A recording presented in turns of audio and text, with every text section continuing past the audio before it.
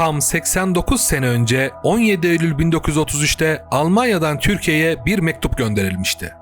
Bu mektup Türkiye'nin bilimsel ve teknolojik geri kalmışlığını gidermek için bir talih kuşu niteliğindeydi ve bu Türkiye için beklenmedik ama bulunmaz bir fırsattı. Alman teorik fizikçi Albert Einstein'in Türkiye Cumhuriyeti Başbakanlığı'na yazmış olduğu bu mektupta Hitler Almanyası'ndaki bazı kanunlar dolayısıyla çok sayıda Alman bilim adamının mesleklerini icra edemez hale geldikleri söyleniyordu. Ayrıca 40 kişilik bir uzman listesi hazırladıkları ve bu kişilerin hiçbir ücret veya karşılık beklemeden Türkiye'ye gelmek istedikleri belirtiliyordu. Einstein mektubunda ayrıca Türk hükümetinin söz konusu bilim adamlarını kabul etmesi halinde sadece insani bir faaliyette bulunmuş olmakla kalmayacak, Türkiye bu kabulden büyük kazanç sağlayacaktır ifadelerinde de bulunmuştu. Eylül 1933 tarihli bu teklif ve rica mektubuna Türkiye'nin cevabı ise maalesef ileri görüşsüzlüğün bir emsali olarak tarihe geçecek cinstendi. Fizik dahisi Einstein ve arkadaşlarının Türkiye'ye iltica talebini reddeden dönemin iktidarı, Milli Eğitim Bakanlığı kanalıyla Einstein'a yazdığı mektupta, "Teklif mevzuatımıza uygun değildir. Bunları bugünkü şeraite yani şartlara göre kabule imkan yoktur.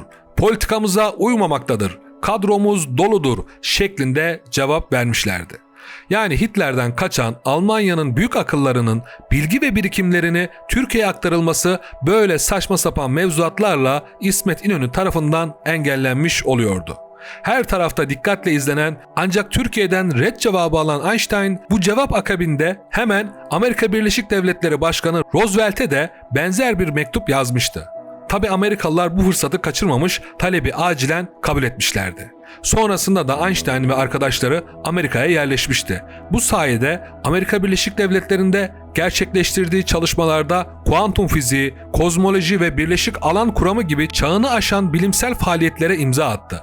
Amerika Birleşik Devletleri'nin teknolojik kalkınmasında büyük katkı sağlayan Einstein, 1999'un sonlarında 100 ileri gelen fizikçiyle gerçekleştirilen milenyum oylamasında tüm zamanların en iyi fizikçileri arasında birinci sırayı aldı. Şimdi gelelim fizikçilerin bir numarası sayılan Einstein'ın o meşhur mektubuna. Mektubun tamamı şöyledir: "Ben sadık hizmetkarınız Profesör Albert Einstein. Ekselansları, OZE Dünya Birliği'nin şeref başkanı olarak Almanya'dan 40 profesör ve doktorun bilimsel ve tıbbi çalışmalarına Türkiye'de devam etmelerine müsaade vermeniz için başvuruda bulunmayı ekselanslarından rica ediyorum. Söz edilen kişiler Almanya'da yürürlükte olan yasalar nedeniyle mesleklerini icra edememektedirler. Çoğu geniş tecrübe, bilgi ve ilmi liyakat sahibi bulunan bu kişiler yeni bir ülkede yaşadıkları takdirde son derece faydalı olacaklarını ispat edebilirler.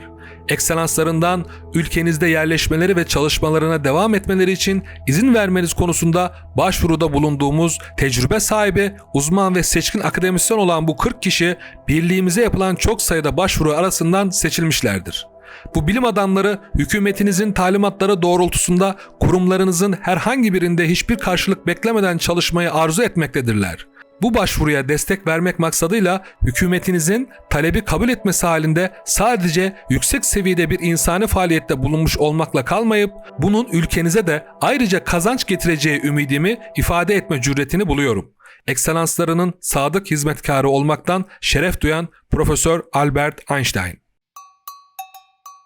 Evet, görüyorsunuz, alanında 40 seçkin akademisyen hiçbir karşılık beklemeden Türk hükümetinin talimatları doğrultusunda çalışacaklarını söylüyorlar.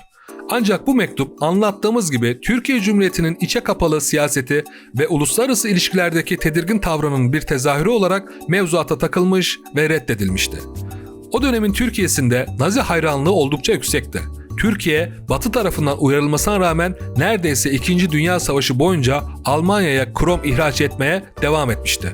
Öyle ki Almanya askeri alanda kullanmak için ithal ettiği kromun %78'ini Türkiye'den karşılamaktaydı. Bu sahiplerle Türkiye, Nazi Almanyası ile olan ilişkisini zedelememek ve homojen toplum siyasetini devam ettirmek adına bu kararı uygun görmüştü. Tabii bu durum Türkiye'nin bilimsel ve teknolojik geleceği için oldukça üzücü olsa da insanlığın teknoloji alanında ilerlemesi adına sevindirici olmuştur diyebilirim. Evet, Einstein'ın çalışmaları belki Amerika'nın savaş merakı sebebiyle atom bombasına kadar gitmişti. Fakat onun yanında Einstein'ın çalışmaları dünya bilimi açısından muazzam sonuçlar getirmişti ve teorileri bilimsel ilerleme adına sıçrama niteliğindeydi. Peki, Türkiye Einstein'ın teklifini kabul etseydi ne olurdu? 1933'ten bu yana gözlemlerimiz ve tecrübemiz bu sorunun cevabı için pek çok ihtimal ortaya koyabilir. Mesela askerde biraz hesap kitap işlerini bilenleri kantinci yapmaları gibi Einstein de saçma sapan bir konuya yönlendirilebilirdi. Bu muamele karşısında Türkiye'deki bütün diğer dehalar gibi o da nihayetinde Amerika'ya giderdi. Yani değişen bir şey olmazdı. Çünkü Türkiye'de siyasi olmayan bilimsel çalışmalarıyla gittiği kapıların hepsi suratına kapatılırdı. Ve o da buna dayanamayarak ülkeyi terk ederdi. Veya diyelim ki sabretti. O zaman da kendi kendine bir şeyler yapmaya çalışırdı. Bilimsel makalelerden daha fazla resmi yazışmalarla vakit harcanması istense de izafiyet teorisine kendi imkanları ile yaklaşmış olur, bunun üzerine makaleler yazardı. Ancak yayınladığı makaleler hakemler tarafından Kime göre, neye göre diye reddedilir veya rejimin siyasetine uygun hale getirilmesi için revizyon istenerek kuşa çevrilirdi. Sabredip çalışmalarına devam etse akademideki diğer hazımsız hocalar tarafından ayak oyunlarıyla heder edilirdi. Sonunda bu ülkeden bir cacık olmaz deyip teorik çalışmalarını bırakarak bari araba maraba yapayım diyebilirdi. Kendi dehası ve çabalarıyla muhakkak bir araba da yapardı. Ancak en fazla akşam haberlerinde 1 dakikalık haber olurdu. Adına da Türk mucit denirdi. Sonra birileri çıkar montaj sanayi adına bu çalışmasını da iptal ettirirdi. Diğer taraftan zamandan bağımsız olarak söylüyorum, Türkiye'de hangi iktidar döneminde olursa olsun iktidar ile aynı siyasi görüşü paylaşmıyor ise ya üniversiteden atılırdı veya hapse girerdi. İsmi biraz ünlenir ise görüşü önemli değil, mutlaka ülkenin bir kesimi tarafından vatan haini veya satılmış olarak anılırdı. İktidar değiştiğinde de şubeye alınıp Behzat Komiser gibi bir polis tarafından "Görümcelik kuralı ne la?" diye sorguya çekilirdi. Abartmıyorum, zamanında savcının teki Ahmet Kaya'ya "Ağlama Bebeğim" şarkısındaki "Çok uzakta öyle bir yer var, o yerlerde mutluluk var" sözleri için bu sosyalizm propagandası dememiş miydi? Çok uzakta öyle bir yer var, o yerlerde mutluluklar bölüşülmeye hazır bir hayat var. Veya en iyi ihtimal "Bu ülkeyi sen mi kurtaracaksın, bırak artık bu işleri" denilip sadece ders vermesi istenebilirdi.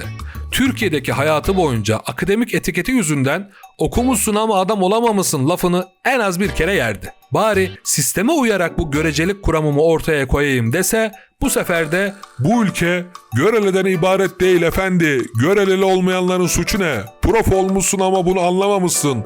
Böyle faşist söylemlerle bir yere varılmaz. Bir şey yapılacaksa bunu Ankara yapar denirdi.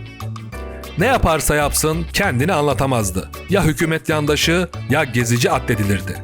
Ardından Türkiye'de Einstein adam mıdır değil midir tartışmaları gelirdi. Yeni bir dakika. Deniz Çoban adam mıdır? Onu Adamdır. Adamdır. Deniz Çoban pırlanta. Adamdır. Aslan gibi adam. Doğru. Çok iyi hakemsin. Adam mıdır Bülent Çakır sence? Adamdır canım, adam ayrı bir şey. Sayın Fikret Orman'la ilgili bir şey söylemem lazım. Adam mıdır? Adamdır tabii ya. Adam Söyleme ya. direktleri ben. Çocuklar, ilk sorum. Nikola Tesla adam mıdır? Murat Bardakçı adam mıdır? Adamdır tabii, niye adam olmasın ya? Tartışmaların gündemine oturur, televizyonda herbolog uzmanlar tarafından tartışmaya tutuşturulup sonrasında moderatörün okuduğu "Bir izleyicimizden mail gelmiş. Uzay zamanı bükmekte nedir? Sen şimdi koskoca yıldızların büküleceğini mi söylüyorsun?" mesajından sonra Rasim Ozan Kütahyalı onun tüm teorisini çürütürdü. O da atom fiziğine de profesörlüğe de lanet olsun deyip Atom fiziği de profesörlük de yerin dibine bassın. Bodrum'a yerleşirdi. Ardından teorik fiziği bırakıp "Ben sizin IQ ortalamanızı bilmem ne edeyim" deyip Twitter'da veya YouTube'da fenomenlik yapardı. Böylece kısa sürede tekrar ünlenir, makaleleriyle değil de yılın seksi erkeği seçilmesiyle tanınırdı. Bakınız Ahmet Mete Işıkara. Dolayısıyla artık magazinleşen Einstein derbi maçlarından önce Fenerbahçe Galatasaray skor tahmini yapardı. Kuramları unutulup giderdi. Nihayetinde geleceği nokta Türkiye'de ideal kamış boyuyla ilgili tartışmalarda söyledikleri olurdu. Bu bakımdan bence mektubun reddedilmesi tüm bunlar düşünüldüğünde gerçekten insanlık adına isabetli bir karar olmuştur. Bu konuda bana katılıp katılmadığınız düşünceleriniz var ise yorumlarda sizleri bekliyorum. Abone olmayı unutmayın. Hoşça kalın.